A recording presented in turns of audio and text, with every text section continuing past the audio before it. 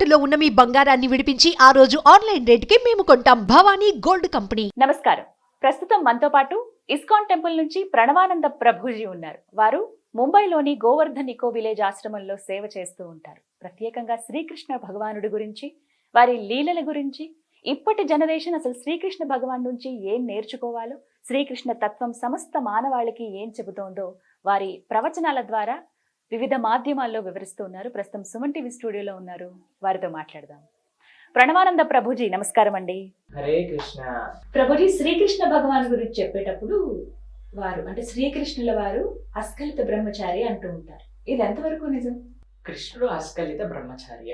బృందావనంలో ఉండే వరకు మనం చూస్తుంటాం. చాలా మంది కృష్ణుని అబండాలు వేస్తూ ఉంటారు. ఆయన గోపికలతో తిరిగారు, రాసలీల చేశారు, అవి ఏదో ఈ భౌతికమైన విషయాలు. ఇప్పుడు చూడండి, మనం ఎప్పుడైనా సరే మనకి చెడే తెలుసు అనుకోండి, ఏ మంచి విషయాన్నైనా చెడుతో కంపేర్ చేస్తాం. చూడండి, ఎవరైనా మంచి మాట మాట్లాడినా సరే తెలియకపోయిన మాట్లాడిన వాళ్ళే మిగతా వాళ్ళందరూ నవ్వుతూ ఉండేవారు అన్నమాట మా కాలేజ్లో. అంటే ఎందుకు అర్థం కాదు. అయితే ఎందుకు నవ్వుతున్నారు అంటే దీంట్లో డబుల్ మీనింగ్ ఉంది అని అంటే, నీ డబుల్ మీనింగ్ ఉందని నీకు ఎలా తెలుస్తుంది? ఎందుకంటే నీకు ఆ చెత్త మీనింగ్ తెలుసు కాబట్టి నీకు అనిపిస్తుంది, అంతేనా? కాబట్టి మన బుర్రలో ఎప్పుడు చెత్త ఉందనుకోండి, ప్రతి విషయాన్ని కూడా మనం ఆ చెత్తతోటే కంపేర్ చేస్తాం. కాబట్టి భగవంతుడి యొక్క గోపికలతో జరిగిన ఆధ్యాత్మికమైన అన్నిటికంటే తారాస్థాయి జీవుడికి పరమాత్మకి మధ్యలో ఉండే ఆ భక్తి రసం మనం దేంతో రిలేట్ చేస్తాము అని అంటే, మనం సినిమాలలో, సీరియళ్లలో మన ముందు చూసే బాయ్ ఫ్రెండ్, గర్ల్ ఫ్రెండ్, అవి ఇవి అని రిలేట్ చేసుకుంటాం. కానీ కృష్ణుడు అస్ఖలిత బ్రహ్మచారి అని మీరు అడిగారు కదా. ఒకసారి దుర్వాస మహర్షి వస్తారు బృందావనానికి. అయితే రాధారాణి ఇంకా గోపికలందరూ కూడా దుర్వాస మహర్షి యమునకి అటువైపు ఉంటారు అనమాట. అయితే వాళ్ళకి నైవేద్యం తయారు చేసి భగవంతుడికి నివేదన చేసి ప్రసాదం తినిపించడానికి సాధువులు వస్తే సేవ చేయాలనుకుంటారు కదండి. కాబట్టి అందరూ కూడా వెళ్ళారు. వెళ్ళి చూసేసరికి యమునలో మొత్తం కూడా తుఫాన్ తో మొత్తం పొర్లుతుందనమాట యమున. అటువైపు వెళ్ళలేకపోతున్నారు అనమాట ఎంత ప్రయత్నించినా. ఇప్పుడు కృష్ణుడి దగ్గరకు వస్తారు. కృష్ణుడి దగ్గరకు వచ్చి, కృష్ణ మాకు సహాయం చేయండి, ఇలా యమున దాటలేకపోతున్నాం అని అంటే, మీకు మంత్రం చెప్తా, ఈ మంత్రం చెప్పండి, అప్పుడు ఈజీగా దాటేయచ్చు అని చెప్తాను. ఏంటా మంత్రం అంటే, కృష్ణుడు బ్రహ్మచారి అని చెప్పండి అని అంటే, అయితే సరే అని కృష్ణుడు బ్రహ్మచారి అని యమున దగ్గర చెప్పగానే యమున దారిస్తుంది గోపికలందరికీ. అయితే గోపికలందరూ కూడా దాటిపోయి అక్కడికి వెళ్తారు. రకరకాలు ఎన్ని వందల రకాలు చేస్తారంటే దుర్వాసుడికి అన్ని చేసి ఆయనకు పెడతారు. ఆయన మొత్తం తినేస్తారు అనమాట. తినేసి ఇప్పుడు ఇటు దాటాలి కదా, ఇటు దాటడానికి ఆయన అడుగుతారు, అయ్యా మరి యమున దాటడానికి మాకైనా మంత్రం ఇవ్వు అని అంటే, దుర్వాస మహర్షి ఎప్పుడు ఏమి తీసుకోడు, ఎప్పుడు ఏమి తినడు, ఆయనకి ఎటు తిండి పైన కోరిక లేదు అని చెప్పండి అని అంటే, వీళ్ళందరూ ఆశ్చర్యపోతారు. అంటే కృష్ణుడు బ్రహ్మచారి అంటాడు, ఇటేమో ఈయనకి తిండి పైన ఆసక్తి లేదంటాడు, 100 రకాలు మొత్తం కూడా లడ్డూలు, జాంగ్రీలు, భక్ష్యాలు అన్ని తినేశాడు అని వాళ్ళ ఎక్కడికి వెళ్ళి, దుర్వాస మహర్షికి తిండి పైన ధ్యాస లేదనగానే మళ్ళీ యమున దాటిస్తుంది. అప్పుడు వాళ్ళు ఇటువైపు వచ్చేస్తారు.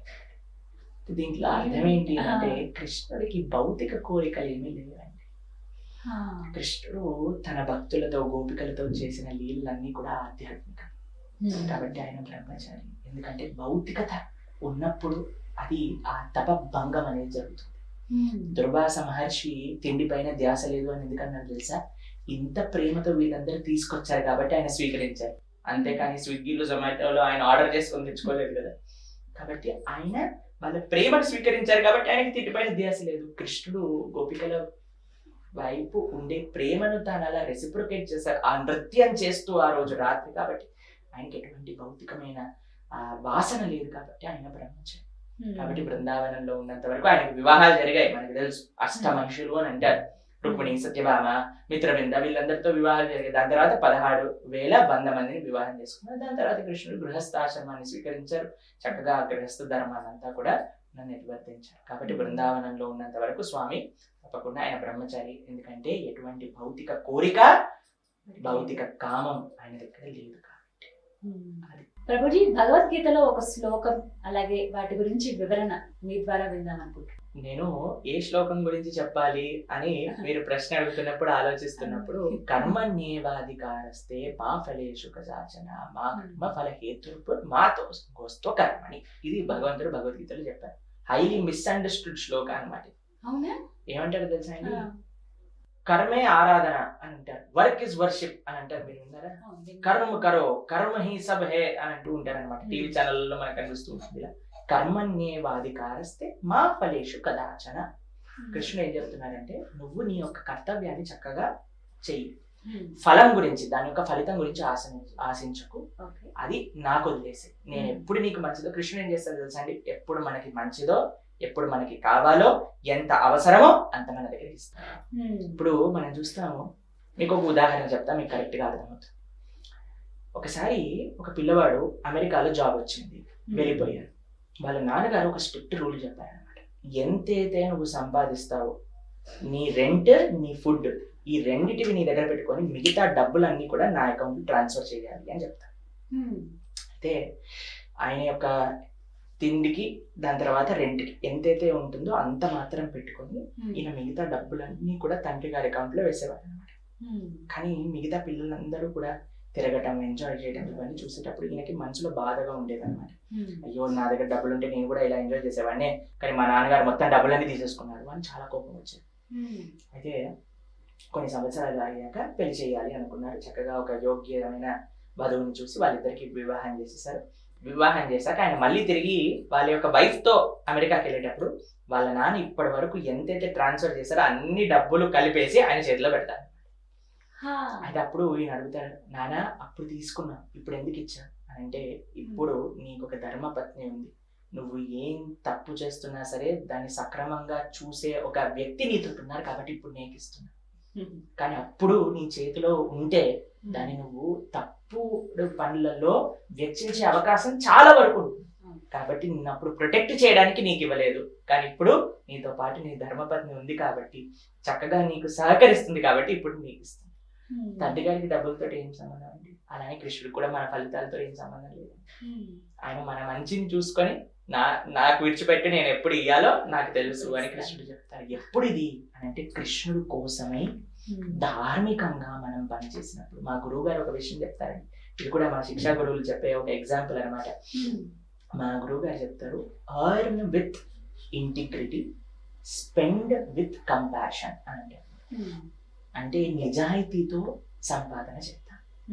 ఇప్పుడు చూస్తాం మనం కరప్షన్, వేరే వాళ్ళని హింస పెడుతూ కొన్ని విషయాలు వింటుంటారు. మొన్ననే మేము ఒక విషయం చెప్పారనమాట, కొంతమంది ట్రీట్మెంట్ కోసం వెళ్ళిన వాళ్ళ కిడ్నీలు అమ్మేసి ఎంత తప్పు చేస్తున్నారంటే, ఎంత కల్తీలు చేస్తూ మనం తినే తిండిలో ఎక్కడ చూసినా కల్తీ, కరప్షన్ ఇవన్నీ ఎందుకు వస్తున్నాయి అంటే ఆ ఇంటిగ్రిటీ, ఆ నిజాయితీ అనేది లేకపోతే.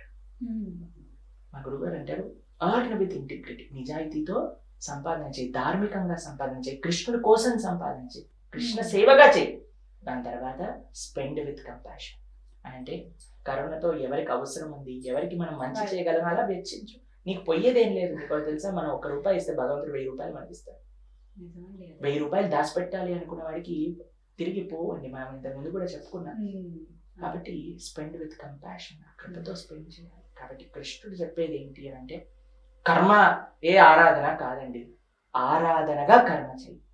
ఎలా ఆరాధనగా కర్మ చేయడం అని అంటే, మనం ఇంతకుముందు చెప్పుకున్నట్టుగా స్టార్టింగ్ భగవద్భక్తితో స్టార్ట్ చేయాలి. మనం ఏం పని చేస్తున్నా సరే ఇది కృష్ణుడి కోసమై చేయాలి. ఎప్పుడైతే ఫలితం వస్తుందో అది కృష్ణ సేవలో వినియోగించాలి. ఇప్పుడు గోపికలు, యశోదమ్మ ఎగ్జాంపుల్ తీసుకున్నాం. యశోదమ్మ ప్రొద్దున లేవంగానే ఏమనుకునేదంటే, ఇప్పుడు కృష్ణుడి కోసం వెన్న తీయాలి అని ప్రిపేర్ అయిపోయేది. ఆ పెరుగు పెట్టి కవ్వాన్ని పెట్టి చిలుకుతూ ఉండేటప్పుడు మొత్తం కూడా కృష్ణుడి యొక్క లీలలు పాడుతూ చిలికేదన్నమాట. మా కృష్ణుడు ఇలా చేశాడు, మా కృష్ణుడు ఇలా చేశాడు. ఎప్పుడైతే వెన్న వచ్చేదో కృష్ణుడికి ఇచ్చేది. అలా మనం ప్రొద్దున లేవంగానే మన ఆధ్యాత్మిక సాధనతో ప్రారంభం చేయాలి. మన రోజంతా కూడా కృష్ణ ఈ రోజు నీ కోసం అని వర్క్ చేసేటప్పుడు ఎంత ఇంటిగ్రిటీతో, ఎంత బాధ్యతతో చేయాలి. ఏం చేస్తున్నా సరే, మనం ఆఫీస్కి వెళ్తున్నామా బాధ్యతగా వెళ్ళండి, మీరు చదువుకుంటున్నారా బాధ్యతగా చదువుకోండి, ఇంట్లో పని చేస్తున్నారా చాలా అన్ని పద్ధతిగా చేయండి. ఎందుకు అంటే ఇది కృష్ణుడి కోసం. ఏ రకమైన ఆధార్మికమైన కార్యక్రమాలు చేయకుండా నిజాయితీతో 10 మంది అడగాలి, అయ్యా నీకు ఏంటి ప్రేరణ, నువ్వు ఇంత బాగా పనిచేస్తున్నావు, ఇంత బాగా చదువుకుంటున్నావు, ఇంత బాగున్నావు అంటే నేను కృష్ణ భక్తి చేస్తున్నాను కాబట్టి ఇలా ఉన్నాను అని చెప్పే విధంగా మనం పని చేయాలి. దాని తర్వాత ఇంటికి వచ్చేస్తామా, ఇంటికి వచ్చాక కృష్ణ ఈరోజు ఏదైతే చేశానో అది నీ కృప వల్ల చేశాను, నీ కోసం చేశాను అని మనకు వచ్చిన ఏదైతే డబ్బులు ఉన్నాయో ఏ విధంగా అయినా సరే వాటన్నింటినీ కూడా మనం కృష్ణ సేవగా, ధర్మమైన కార్యక్రమంలో గోసేవగా, భగవత్ సేవగా, భక్తుల యొక్క సేవగా, సమాజ సేవగా మనం ఖర్చు పెట్టాలి. కొద్దిగా శాతమైనా సరే అలా మనకి మనకి మనకి అని జీవించటం కాదండి, పరోపకారమే భగవత్ సేవగా జీవనం చేయడం. అది కూడా కృష్ణుడు చెప్పిన మార్గంలో కృష్ణుడు తలుచుకుంటూ కృష్ణుడు కోసమై కృష్ణ సేవగా చేసే కర్మ అది ఆరాధన అవుతుంది.